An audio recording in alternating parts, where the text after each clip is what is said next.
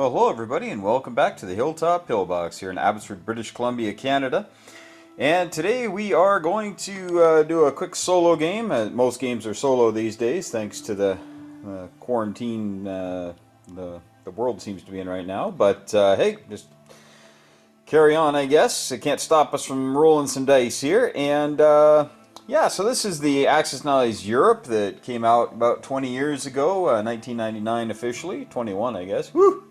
And I remember buying this in the store and just loving the map when I opened it, and the whole idea of convoying and all this. It was all brand new to me.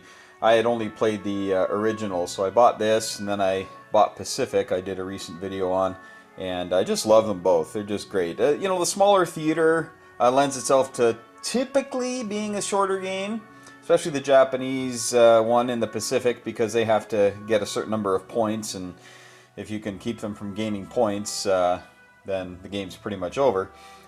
This one here, not quite as time crunch sensitive, because Germany has a healthy economy and they can just bulk up the continent and make it virtually impregnable. But they do have to definitely worry about the Russians, because the Russians have a healthy income. They have 24 to start, typically get knocked down to 22 after the first round, sometimes 21 depending on how crazy the Germans get. But they have 4 different places to build units, so it's very tough. And when you come into here, as you typically eventually have to do, you can get hit by 3 different building areas, and when you take over those zones, you can only build 1 unit in each of them as Germany. So, and you can't build, nobody can build industrial complexes, and so Germany has to come from here or here to get all the way to here, and nobody can get through and use the Black Sea because the Turks remain neutral, and you can't violate neutrality in this game either. So it's yeah, the Germans, yeah, a couple of different things they're going to do, and we'll see what happens. I think the overall strategy I'm going to try in this game is to make Fortress Europe. Make it so that the Allies would have to build up such a landing force to try to get into the mainland here, that by then the Germans will be able to take Russia. We're going to see how that goes. Whenever I do a headlong charge in this game trying to get into Moscow with Germany, I lose. It never goes well. You just can't compete with the you know, the way that the Russians can bulk up quickly. I can't anyway. I don't know. Maybe in the comments below, let me know. Maybe you have more luck getting in there. I certainly don't. So I'm going to try to make this part here an impregnable wall. Make it so that for them to get in, it's going to be terrible. I'm going to be building U-boats to keep hampering any sort of naval development. I'm going to try to sink all of this on round 1. And then with the British economy not being that great, it's just $1 more than what the Germans can make, and you can also chip away at it. If you're not familiar with this game, this is one of those great little, again, I love this game because they got this Middle East thing going on here. And you can see it's kind of yellow, so it doesn't match any of the colors of the main playable nations here. So what this represents, nobody's getting this money right now, okay? Nobody gets it. But if the Germans take it, so let's say the Germans take Egypt, Egypt's worth 1. So then you come up here to the board, and Germany would then go to 1 on the Middle East tracker here. You can see it says captured by Axis. Okay? So that means that at the end of the Axis turn, they're going to collect $1 from the Allies, and the Allies get to decide who's going to pay that $1. And then as time goes on, Germany tends to capture the rest of the Middle East, and it's worth 8. So every round, the Allies have to give up $8 from their coffers. There's no typical. I'll say I've never seen it be Russia. It's typically the U.S., but sometimes the U.K. says, you know, we can't get anything in the water before it gets sunk, so we'll just give it to Germany, and then the Americans can do their thing. The other thing is that the British and the Americans glean a lot of their money from the Atlantic Ocean. Now you can see all these convoy zones, and all you need to do is at the end of the British turn, if that U-boat is in there, they lose $5, right? So that's basically what the Germans try to do as well. Now submarines cost 8, so it's not really a good trade for them, but it does distract the British and makes them build more destroyers, which aren't cheap again. One destroyer takes half their economy for a turn, so you gotta be careful with that. Yeah, that's pretty much it. The Soviet convoy here, right? Germans can convoy that, but as soon as the Germans take Archangel, which is of course up there, this gets taken permanently until Archangel gets taken back. So it's I just love this game though, because I'm not sure. I think it's like a 60-40 split again, kind of like the Pacific game. I don't think it's quite as unbalanced, but again, maybe in your experience, you have had it where the Germans win all the time or the Germans lose all the time. Go ahead and share in your comments below if you have any experience with this game, and if maybe you don't play it anymore because the same thing happened over and over again. But in this game here, there's one thing that I tend to focus on as Germany. So if you ever play me face to face and I'm Germany in this, I definitely go for the Middle East. I bring everything I can to the Middle East constantly and just try to shred it, because to me it's free money. To make $8 and you only have to kill, 5 infantry and a tank and an artillery, and you can make $8 every round for that. That's easy money. Up here, you're slugging through tons of stuff to get $1, $1, $2. Like it's crazy. So I like doing that. I also like using U-boats. If you've been watching a lot of my channel, you'll notice I like building subs, because subs force the Allies, or sometimes the Axis, but typically the Allies, to then spend money on destroyers. And destroyers don't really do an awful lot for you except hunt subs. So it really ties up their economy. I'm spending $8, they're spending 12. So yeah, that's just how I like to look at it. I could be flawed in that, but seems to serve me pretty well. U-boats can be very annoying. So, all right, well that's pretty much it for the intro. We're going to get to it here, and we'll let you know what happens on round 1 of Axis and Allies Europe, 1999. How could I forget the great opening of this game? I didn't make a mistake, a little bit of an omission, which I'm going to set right.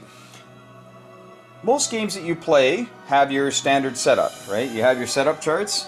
There's Germany's setup chart. It tells you, how many infantry to place in each zone.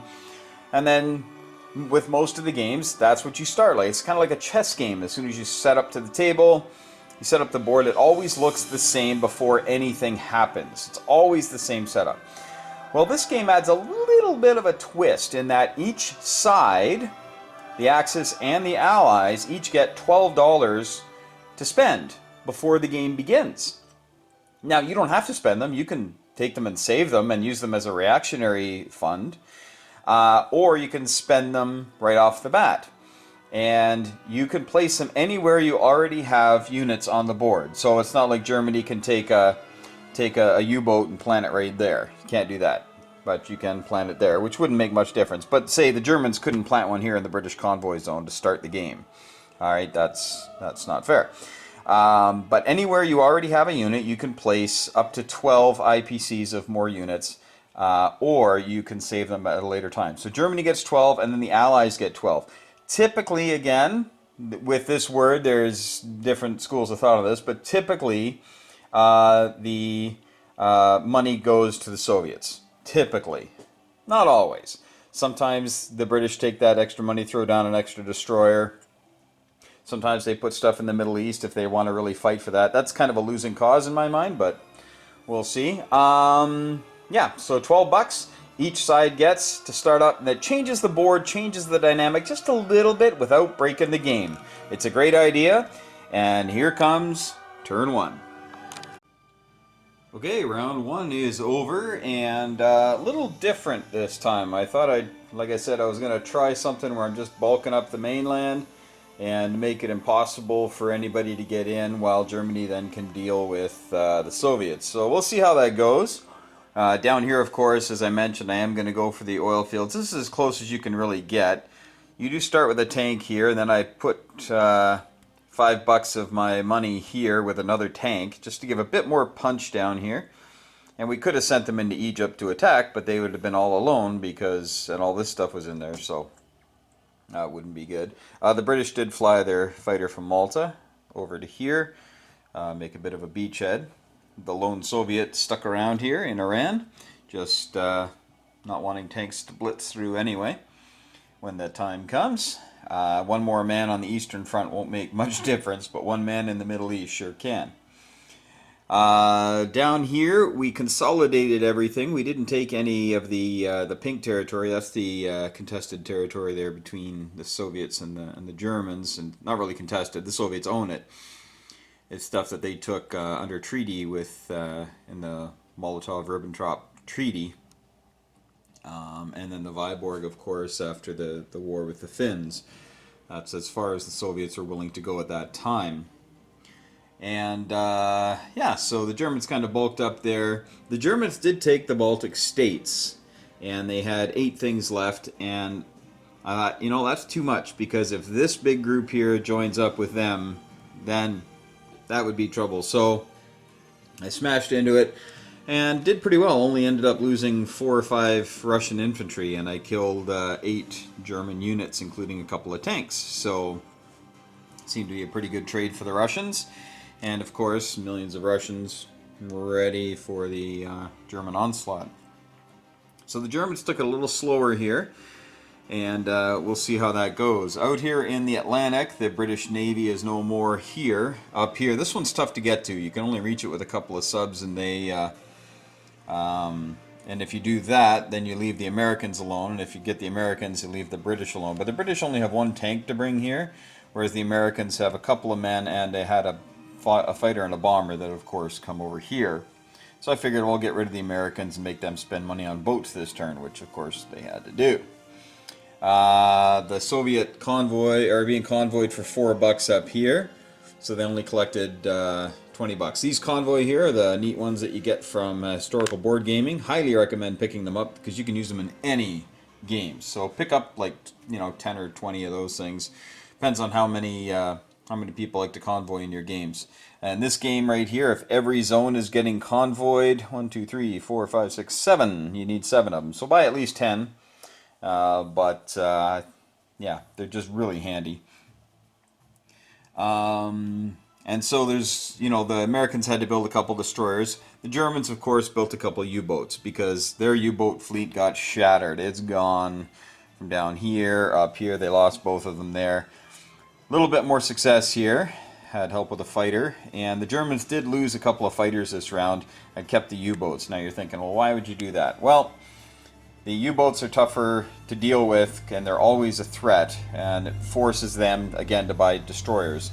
And again, in this version, destroyers are 50% more than U-boats.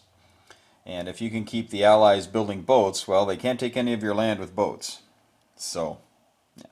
Now the boats are very important in this game, though. They have to build them. It's kind of like the Americans in any Pacific theater. They need to build a monstrous fleet in order to protect the merchant fleet, right? In order to protect the transports.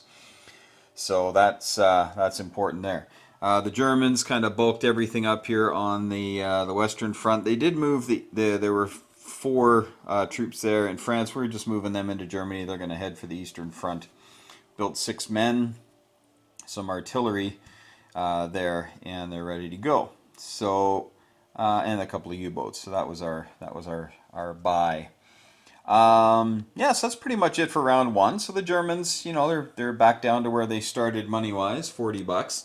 They killed a lot of Russian stuff, and killed a lot of British stuff, and a little bit of American stuff. So, yeah. We'll see how round 2 goes here. And maybe the slow crawl will start now. We don't want the Russians to get too big. And the Russians did build a plane. They got the $12. They built a plane with that.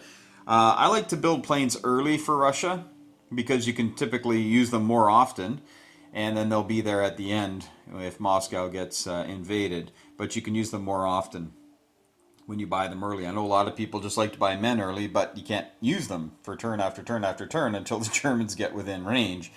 Whereas here, you've got a lot of infantry, buy some planes. It'll give you a little bit more punch when you have to do a spoiling attack. The other thing I'm going to mention here is the two RAF fighters made it over here. What happens is at the end of the Soviet turn, if that territory hasn't been taken, which in this case it cannot be taken, the only German transport was taken out, it cannot be taken, Leningrad. So at the end of the Soviet turn, the Soviet can choose, doesn't have to, but can choose to turn those into two Soviet fighters. So that would give the Soviets 4 fighters right there, and then they can spend their money on other things. And then the British actually saved their money this turn, didn't spend a dime of it, held on to it, because they're going to get that much again, and then they can start building a decent destroyer fleet. Had I built 2 destroyers, they would have been sunk this round, and you're back to square one. So, all right. Yeah, round 2 is right around the corner. Let's see what happens here in Europe. Some ominous music here from, I think it's from Civilization, the Sid Meier computer game. But yeah, it's about Russia. So we'll start on Russia, and yeah, they not making a lot of money, $20, but yeah, building men and looking at this southern push by the Germans. They're getting all ready to go. And in the north, the Baltic states are empty. The Germans attacked with 4 ground forces and 4 aircraft. And the Russians ended up killing all the ground forces, but they lost theirs as well. They lost everything they had in there. So it was empty, but yeah, now it's back to being Soviet control, of course. Soviets didn't have to change those fighters this last turn, so I thought I'm just gonna leave them for now as British, because the British may actually be able to utilize them in an invasion, so we'll see. But right now there's really no big push the Russians are going to be doing. But I don't know. Could have been a mistake. We'll see. I just we'll look over here, and I knew the British would be coming over here, and they built 4 destroyers and then brought the one from Canada along with a tank. So they've got 1 transport, not much. But they got convoyed pretty hard last turn. They had a U-boat in there, which is no more, but they still have 1 here convoying them for 3. And so the Americans decided not to bring over their transports quite yet, and they dealt with that. And then this will be gone next turn, whether this U-boat leaves or the Americans come and kill it. It's definitely gone. But there's more U-boats getting built, so we're going to keep on with that. And might have to hit this. Can't hit it with much, unfortunately. I can hit it with 5 U-boats. Oh, I guess 6 U-boats, that guy up there, and a bomber. So not sure if that's going to be enough to take them all out, but the Brits only made $16 last round, so they're going to be hurting for certain for cash. They saved a couple, so I think they're at 18 or 19 or something, but still not enough to really get a fleet going again, so that's going to stall them. Germans, of course, took Egypt as the British had backed out, and this force tends to die, but you got to kind of pick where you want to die. And I figured, well, we'll, who knows, get some lucky rolls, because the Germans only have 8 things here, and the British have 7, but they got a fighter at a 4. The Germans will have a couple of bombards, and these are at full power, 3 and 4, 3 for the destroyer, 4 for the battleship. They changed that, of course, in future iterations as well as historical board gamings. The ships don't bombard at the same level as their naval attack capacity, but yeah, not much else to say. The Germans are pretty poised here. They got lots of troops and might make a push here. If they push in the south, the Soviets can't stop them, but they'll have to marshal everything up. Meanwhile, the plan to keep it strong here, typically we've siphoned things off from the continent by now, and hoping to get to Moscow in a rush, and I've held off, but that means I do have to pour more money into naval units to clobber all these destroyers that are popping up. So we'll see what happens though here on turn 3. probably be heading in and taking the Ukraine here. Not sure if we can hold it though. That's the problem, because the Russians do have a good counterpunch here, and they still got their 3 aircraft. They got a bunch of men there, so we'll see. But if we punch everywhere, we can't get punched back everywhere. So maybe East Poland for this group, and maybe Ukraine for this group, and then these guys here might have to divide or might not attack at all, and we'll see. All right, turn 3 is going to be a sticky wicket. We'll see what happens, and we'll let you know in just a moment. All right, round 3 is over, and things aren't looking great for Germany, but not horrible either. They're kind of going back and forth. They did punch into the Ukraine, and they took it over, but they took it kind of on the chin when they went in there, and then the Soviets took everybody from here, plus the 3 aircraft, and they crashed into here, and yeah, the Germans didn't get in too many licks there, so there's still 10 infantry left, so that's not looking too good. The Germans have enough to punch back a little bit here, and some air power, and the bomber can reach, so they could take that again, but you know, there's 6 more guys here, another guy there, the aircraft there. They have the tanks in range as well. Tanks in this game you're kind of loath to use when you're kind of hanging on, because they tend to die because they only defended a 2, and they're tempting. They attract a lot of attention, we'll say. In the north, things are pretty static there. Not much going on. The Germans built 3 U-boats because they attacked that big British fleet there, sank the whole thing, but they lost every U-boat that they had up here, except for the one doing the convoy there and the one in the South Atlantic. And so they lost 6 U-boats, but they killed 5 destroyers and a transport. So pretty, they got out of there not too badly, I guess. $48 for the Germans. Let's see here, 68 for the Brits, and the Brits' economy is not doing well. The Americans did help out though. They freed that convoy there. This one here was abandoned, and this lone sub came up to the Bay of Biscay. So the convoys, I think, are going to be pretty safe going forward. The Americans, Operation Torch, has been successful. They did lose 1 man to the lone German infantry there. And the Americans built a bomber here. They were trying to build up the Mighty 8th. But you can see that the Mighty 8th is Mighty 0 here, because the British and the Americans thought, hey, let's go bomb Germany. Let's start cutting into their economics. Both bombers got shot down. Can you believe it? Rolled a couple of singles on these bad boys here, right? Oh, there's one right there. So yeah, both of them got shot down. So Germany, little reprieve there. And yeah. So as I'm playing this, and I'm kind of trying to figure out, should I continue trying to keep this strong? I haven't been sending too much stuff here, but I haven't been taking anything away either. I'm wondering, is it really worth it?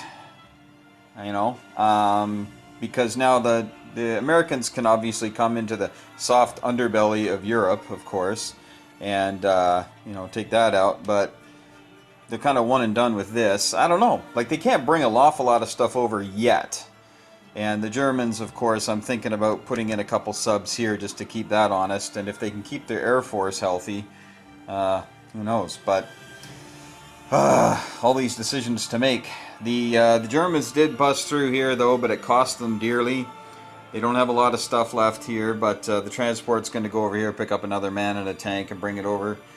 And then the Germans will take all this with just a lone Soviet man there, and then the rich Caucasus here at $4. So pretty soon they'll be making $8 here in oil money, and that'll help out their war effort considerably. And it's, again, once you're making that $8 on the Middle East oil, that's a $16 swing between the Axis and the Allies, right? Because it's coming out of the Allied pocket. It's just not money for the Germans. It's being taken from the Allies.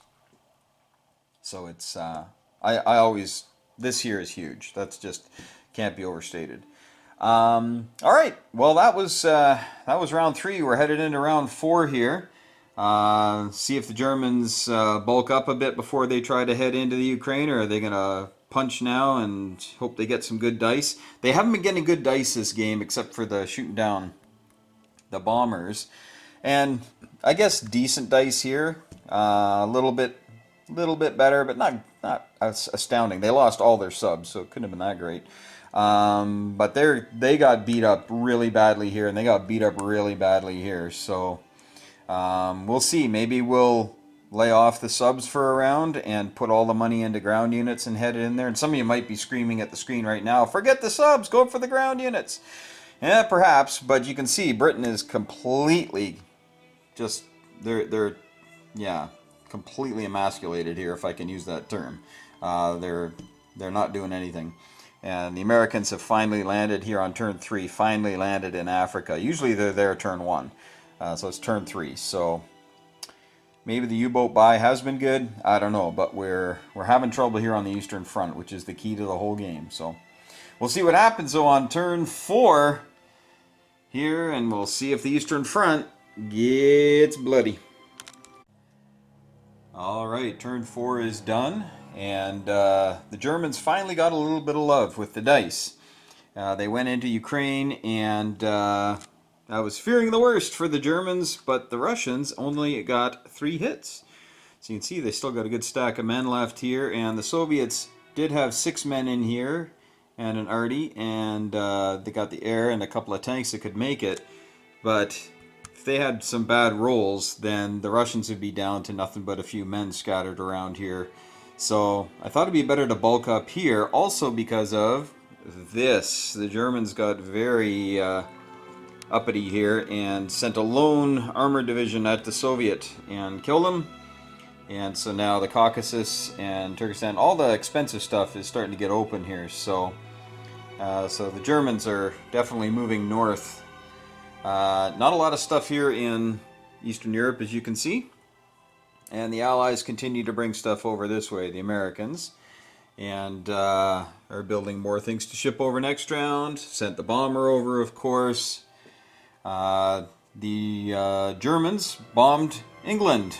I thought maybe turnabout would be fair play and they'd lose their bomber, but they didn't, and they bombed the Brits for 5. So as you can see, the Brits, all they built this round was a fighter that they'll send over. The Americans did send their P-38 over there.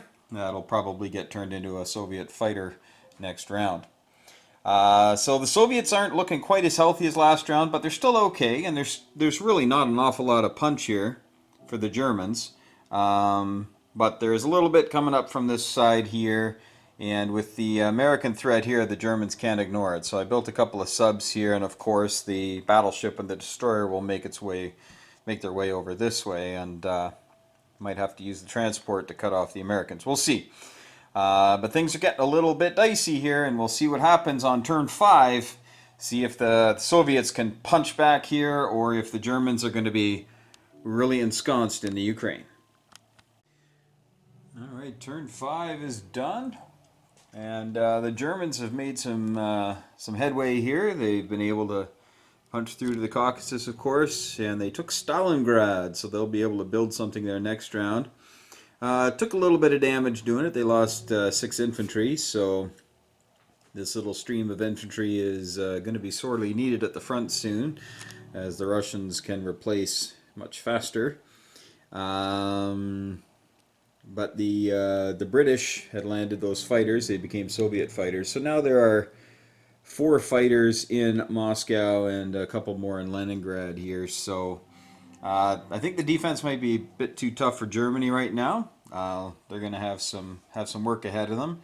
They're still strong enough here to repel anything. Of course, the British don't have any transports, but the British used their money. They didn't buy anything last round, so this turn they bought 4 fighters and ship them over to Leningrad. And yeah, so that's probably going to be too tough for the Germans to ever break through in a couple of turns. So the Germans might have one shot this next round and the round after that to get over there. But I think, yeah, well, we'll see. We shall see. In the south here, the Americans have moved some troops over. The Germans put a blocker there by bringing a man and 3 fighters down from northern Italy. And all we had in here was this, and I figured that's not enough. So, but now they got some more stuff here, and they got 2 destroyers there and 2 destroyers there. don't quite match up against a battleship destroyer and 2 subs, but pretty close. And but the Germans also have air power, of course. And the Americans continue to build over here. But with the Germans taking $8 out of the Americans every single turn, that's a man in a tank or a transport. So yeah, and that's just going right into the German coffers so they can build things. So it's a sub, right? So the Americans are basically building subs for the Germans. Yeah, not much else is going on here. This is by no means a done deal either way, but the Germans are definitely going to have to ship more stuff over. I think the water might have to take a backseat to the land here, especially with all these British planes coming over. I just don't see the Germans having the horses to take care of this nightmare of fighters that are going to be here. But we shall see here on turn 6. Yeah, the Americans and the Brits are letting the Soviets get convoyed up here for $4 every round. But hey, if they're going to give them $48 in fighters, well, I suppose that's a pretty fair trade. All right, so we'll see what turn 6 brings here on Axis and Allies Europe, and we'll see if the German strategy of trying to make it impossible to invade up here is going to pay off, or will they pay the price down here? The Americans coming up towards Italy. One little addendum is you'll see that the American bomber is gone. He tried to bomb Germany again, and the fighter was here and has to roll a 2 or less. Actually rolled a 1. So shot her down before the bomb could happen. Ah well, what can you do? Alright, so turn 6 is over. And here we have the carnage. So nothing's really changed here, except the Soviets have gotten a lot stronger in Moscow. And the Americans have pushed a little further east in Africa. But the Germans, I thought, you know what? We got to be able to bulk up Africa here. These guys are just going to eventually sweep all the way through the Middle East, and can't have that. So bought a transport down here and got enough units to come over here and probably smash this. But then we got some tanks, and over here the Americans are able to bring over 8 units now. We got 4 transports there and 4 units coming over. And down here they got 3 transports, but next time up they'll probably buy 1 more transport and probably just increase as we go, and eventually be bringing 12 units at a time, which is probably going to spell the end for the Germans unless they can do something sooner. Again, the men are still heading over here, and I spent a lot more just on stuff to put there.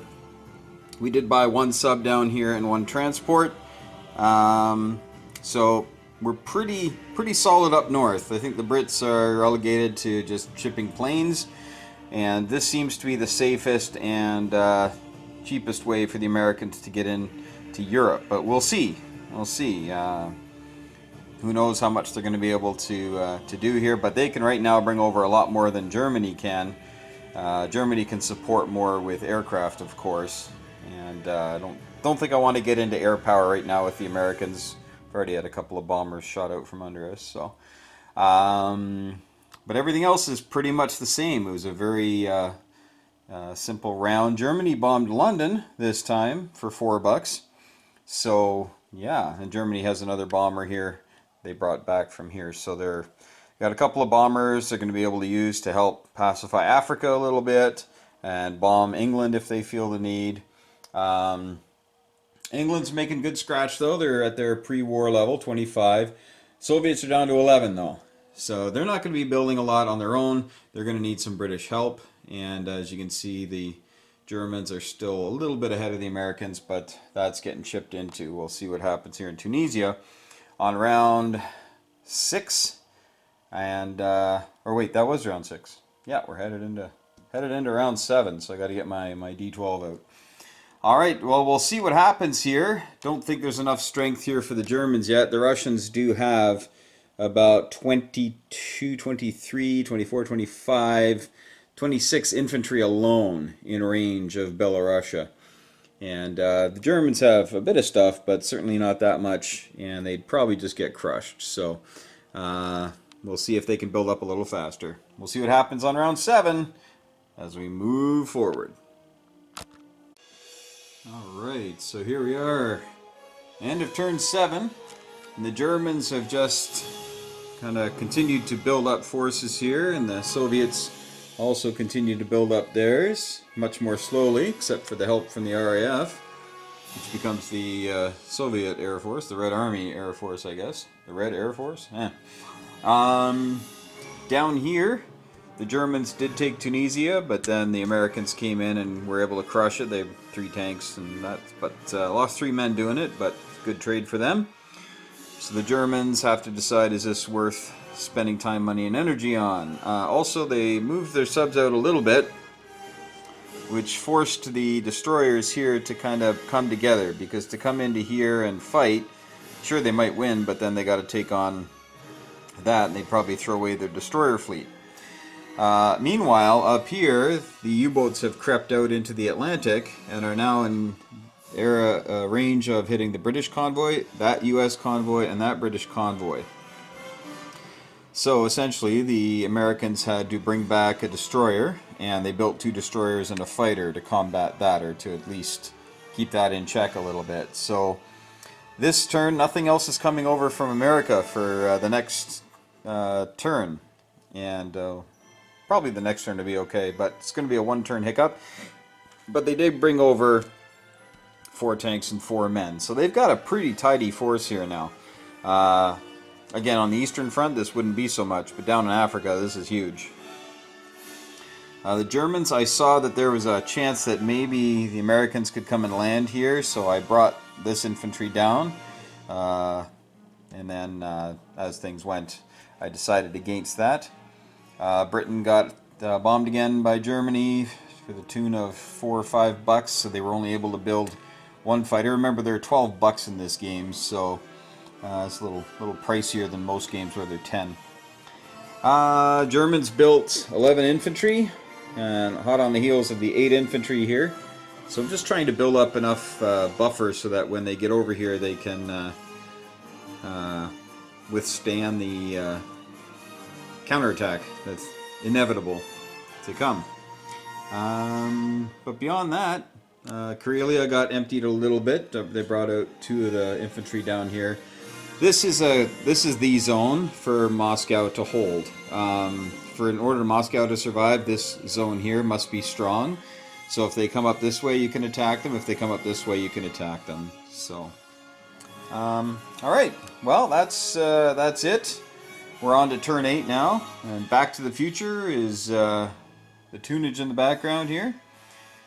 We'll see what happens with our future for turn 8. Alright, turn 8. Here we go.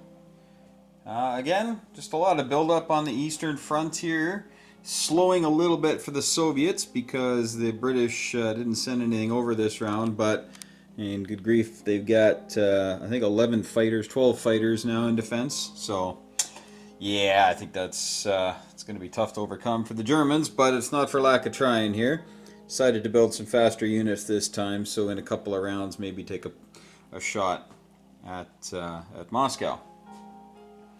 Or at Belarusia, anyway. Able to build here, which is kind of nice. Able to pump up that by 1 per turn, so that helps out things a little bit. In the south here, the Germans took it from Tunisia, took Tunisia, pardon me, from the Americans. The Americans didn't bother trying to take it back because they wouldn't have had these guys, and yes, they could take it, but then all of a sudden these 4 tanks, which are much better on offense, would be left there with in Tunisia, and with 3 men, maybe 2 men, and there's some air power. You got the bombards, you got more air power. And I thought, you know what, don't want to risk it. Let's bulk up a little bit. Unfortunately for the Americans, all of their transports and everything have had to flee north because those German subs that had come out here came over here and actually sank those 3 destroyers on 1 round of rolling. They got 4 hits. They only needed 3, and they got 4 hits. Americans only sank 2 subs out of the 3 destroyers, which is still pretty good rolling. I mean, it's better than average. And then they had to scramble the 3 destroyers from here and the fighter from here to attack the remaining 3 subs, which killed another 2 destroyers. So before that happened, though, we had to do the build, and I said, shoot, if they lose this battle, I don't want to I need to build some destroyers to protect the transports that are going to have to come back. Because we had, if you remember from last round, we had transports sitting here that were out of range of those, and transports sitting here that had just dropped off. So we had 7 transports. So they've all made it safely back here to the east coast, and nothing to put on, of course. And yeah, so we're going to have to, it'll be this turn, nothing will move, and next turn something will move. So in 2 turns they'll have things here again. So that's it. But the Germans are out of subs up here, except for the one up here. The British, instead of building stuff for Russia and sending stuff to Russia, I figured now's the chance, because there's no subs out here, just this one, build a couple of destroyers. And remember, in this game, sometimes it slips our minds, in most A&A games, destroyers are pretty expendable.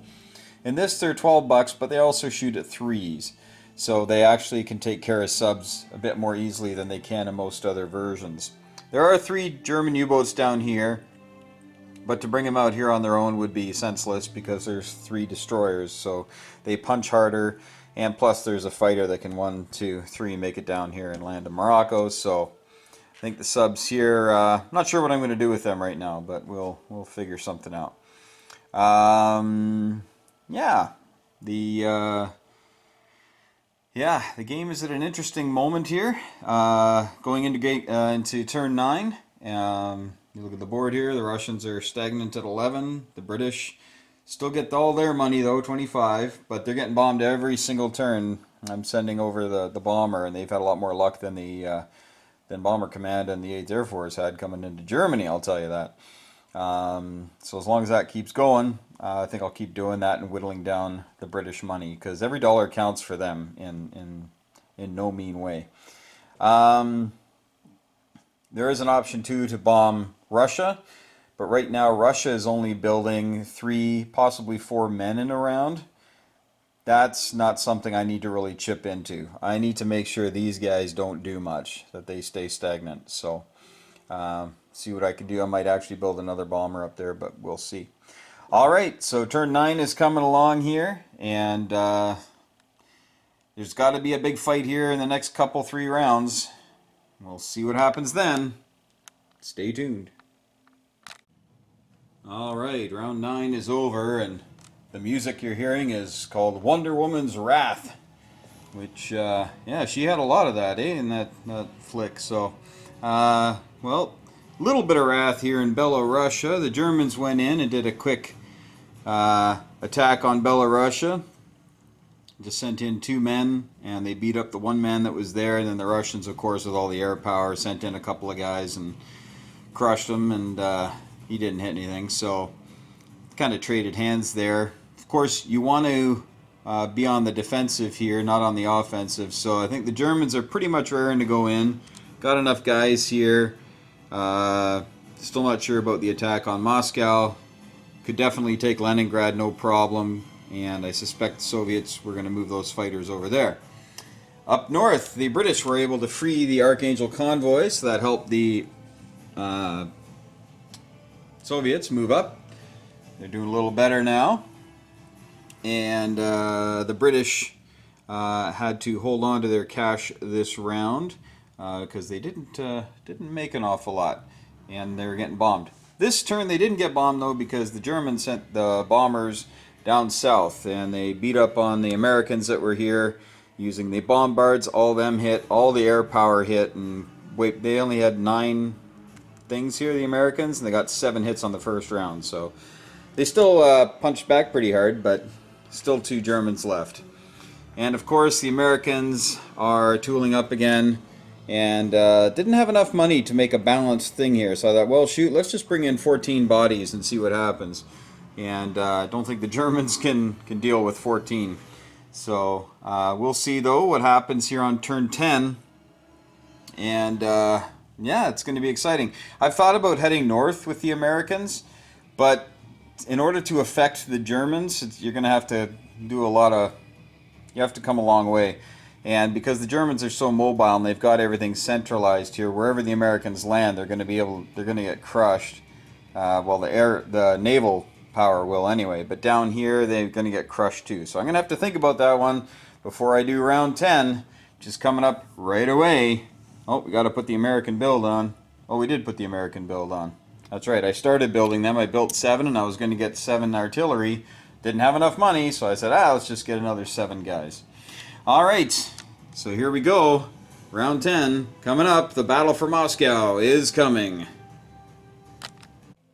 All right, round 10 is done, and the enemy is at the gates. And there's a lot of enemy. But the Russians have some decent gates, so that's going to be an interesting fight. The 12 fighters, they might exact a withering toll on the German forces coming in, and they have a lot of cannon fodder there with the men. The Americans are rushing these folks over. Remember that 2-turn hiccup just because the Germans had sortied their submarines? And they brought them over and sank everything, and they had to, that really put a nice dent into the Allies' plans and their timeline.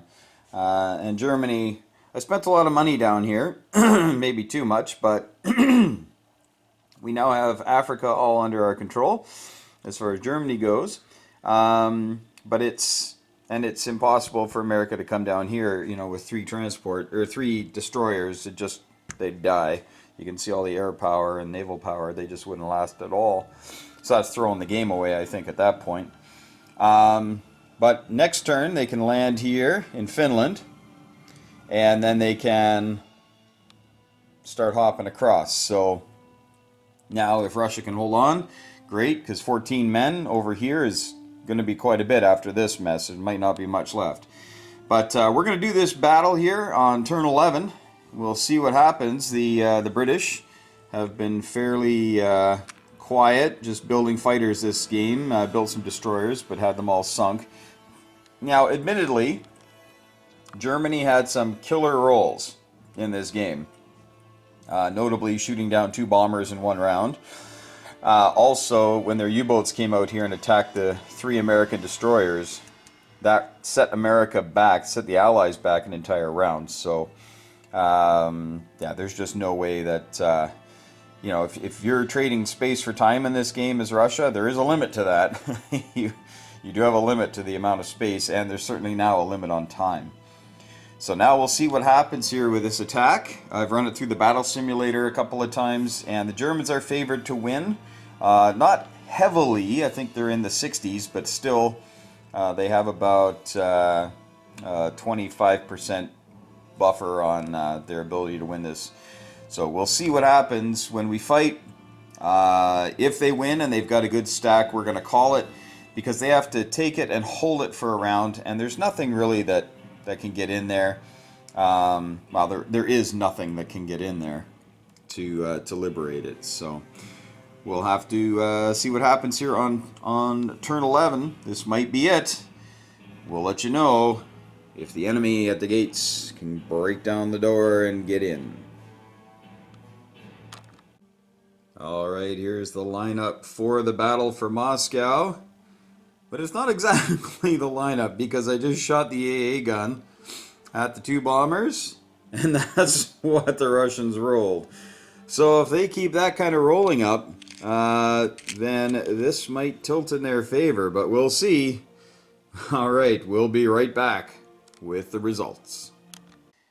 Well, it looks like it's all over, folks. The Germans just absolutely shredded the Russians on that. They did have a numerical superiority, but they also, their ones, they had, to start the round, I believe they had 20, what did they have? 20, oh, they had 26, and they ended up getting 11 hits on ones. Okay, these are the single-sided hit dice, and they got 11. And that just set the tone right there. The Russians ended up losing too much on the first round.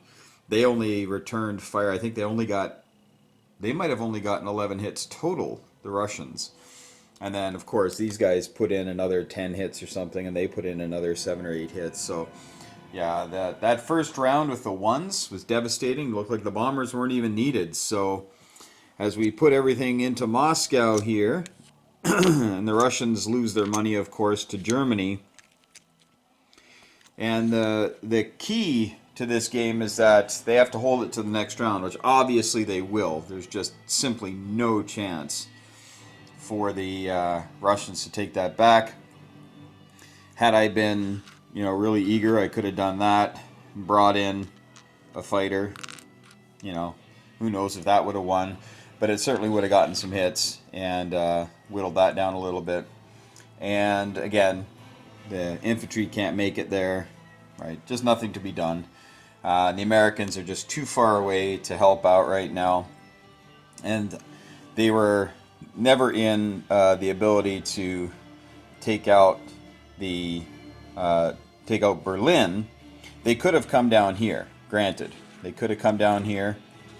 That might have been a smarter play on my part, but then I had my 2 bombers here, and I had 4 subs that would have come after this, and more than likely sunk it. And even if this had gone better for the Russians, with this being out of the game, the next wave of Germans would certainly take it. So, but hey, maybe I should have done that. Maybe with the extreme situation, maybe you got to take those chances to try to get right at the heart of Germany. But Germany certainly would have bulked up, put everything here, would have brought a tank over. Can the planes make it back? 1, 2, 3, 4. Yeah, so we can put another 5 fighters back into Germany. Yeah, and that's assuming that this doesn't get shredded by the 2 bombers and the 4 U-boats. So, but hey, it was a good game. The strategy of building lots of U-boats and keeping any large landings out of Europe seemed to work well for Germany on this game. Early on, I was a little worried, but the dice turned at about turn 6 or 7. The dice started getting smoking hot for the Germans, and lasted right to the final battle. A couple of key turning points. I already spoke about the U-boat sortie from here. So I think that actually, I've always, like I said before, I've always been a fan of U-boats in games like this where bulk of your help is going to come from, across the sea, right? Whether it's coming from the Channel or coming across the Atlantic, you can continue to build subs as Germany and thwart that, because if you don't, eventually the States is going to end up with 10 or 12 transports, and they're going to be hauling 20 to 24 units at a time down here. They're going to make such a beachhead here, they can then fly their bombers down, then they can sink the German fleet and then come land in the south. I've seen that so many times in this game. Also, the Americans can go north and bring 10 or 12 transports at a time across and start landing troops, and then that's just way too much for Germany to handle. So I think being able to keep the Americans out of it, especially them and their $40, is crucial. And also neutering the Royal Navy, taking care of that. But you can only do that with U-boats. If you try to match up with fighters and bombers, you're going to run out of money as Germany. The U-boats are there for that singular purpose, to go after the fleets. And of course, I have friends who say, screw it, I'm not doing anything in the water. I'm just going to build a whole bunch of men, and we're just going to march real slowly, but we're going to be that unstoppable force, and we're just going to march, march, march, and march. And if you make it, sometimes they do, sometimes they don't. But I'm a big believer in the U-boat strategy. But hey, leave in the comments below. What do you like to do? What's your game plan for Axis and Allies Europe? What do you like to do? What works for you? What have you tried that has absolutely failed? Any of those kind of comments, folks, leave them all down there, because it only makes us all better players, and that's what we want, right? We want stronger players so that we can make each other better as well. So thanks so much for watching, folks. Really appreciate it. Again, this is all during the coronavirus lockdowns and whatnot. So stay safe. Hug your loved ones, and I really mean that. Hug your loved ones. Let them know that they're nothing more important. All right, Axis knowledge is important, but it's a distant second to family. So make sure that you hug your loved ones. Thank your friends for playing these types of games with you, and just making these difficult days a little less difficult. And may those dice be ever with you.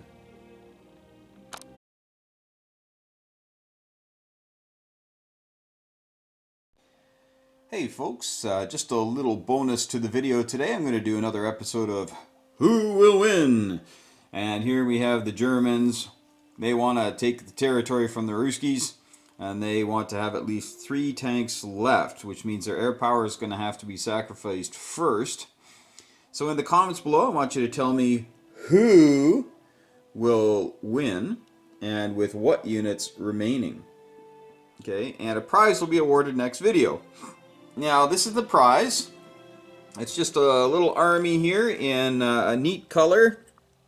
I don't even know what that color is, and I don't know if my camera is going to be picking it up really well.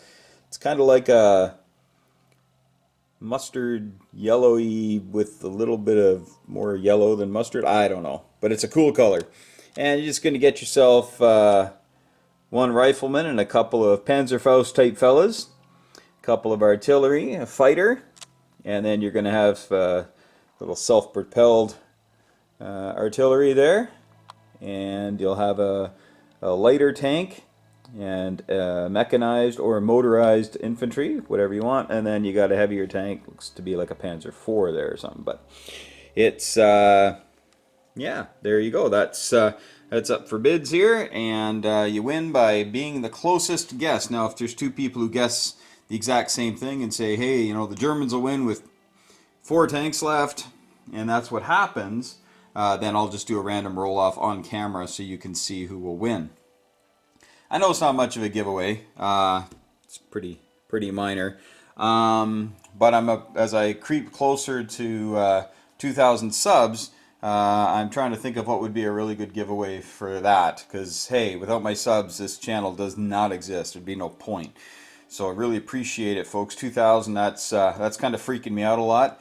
And the more subs I get, the more time the channel takes, but I don't care. I really enjoy it. It's a lot of fun, and hopefully I can keep doing it for years. But yeah, we'll see. So this is the lineup that we have today. So on the German side, we have a bunch of infantry, some artillery, and we have some tanks, of course, and bombers. And the Russians, we have a whole bunch of infantry and some planes. Now, what I've done is I've put this into my battle calculator, and you can see that there's the numbers. So there's 12 German infantry, 5 artillery, 5 tanks, 3 fighters, and 2 Strat bombers. Okay. The Russians have 18 men and 7 fighters. All right. So that's what's going on here. And according to the battle calculator, it's going to be a German victory 53% of the time. Unfortunately, the Germans, if it gets down to it, they have to lose these guys first. So I figure that'll drop it back down to close to 50-50 for this. Alright, so go ahead, put your guesses down there. I'm going to film this right now, but I won't put it up until I do my next video. And you'll see who the winners are. I'll give you like a week, I guess. So today, whatever day today is, it's Easter Monday today. So happy Easter to everybody. And yeah, so when Easter Monday, I can't think of the day it is. Is it the 12th, 13th? It's pretty sad. So as a teacher, whenever you're on holidays, days just all blend together. And we've been on holidays now for a month. So, and it's not really holidays because we've been working hard at the online stuff. But when you don't have to go into class, into school and do things, it's makes it difficult. But anyway, today's Easter Monday. So we'll give you till next Monday, whatever that date is, to get your guesses in. And we'll say at noon Pacific time. So 12 o'clock noon Pacific, daylight time. Then I will cut it off at that point and make a new video. All right. Well, wish everybody here the best of luck. You Germans and Russians are going at it again. And you could win this neat little army. And it can play a nice job in 1936. It can be in 1939. Just kind of bulk up something else that you've got going. Maybe play neutral nations in Global 40. 100 different uses. But wait, there's more. Actually, there isn't. But we'll film this, and yeah, we'll let you know what happens next week.